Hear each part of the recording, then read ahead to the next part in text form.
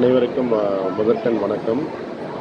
நம்ம இப்போ வந்துட்டு பார்த்திங்கன்னா, நம்ம வடபழனி முருகன் கோயிலேருந்து நம்ம ஆசீர்வாதம் பெற்று கடவுளுடைய அனுகிரகத்தோட நல்ல விஷயத்தை தொடங்கியிருக்கோம். ஐயா விஆர் மனோகரன் ஐயா வந்துட்டு நம்ம ஆனந்த இல்லமுடைய ஆண்டு விழா சிறப்பித்து தருமாறு அனைவரையும் கேட்டுக்கொள்கிறேன். சேர்ந்து பயணிக்குமாறு நாங்கள் விரும்புகிறோம்.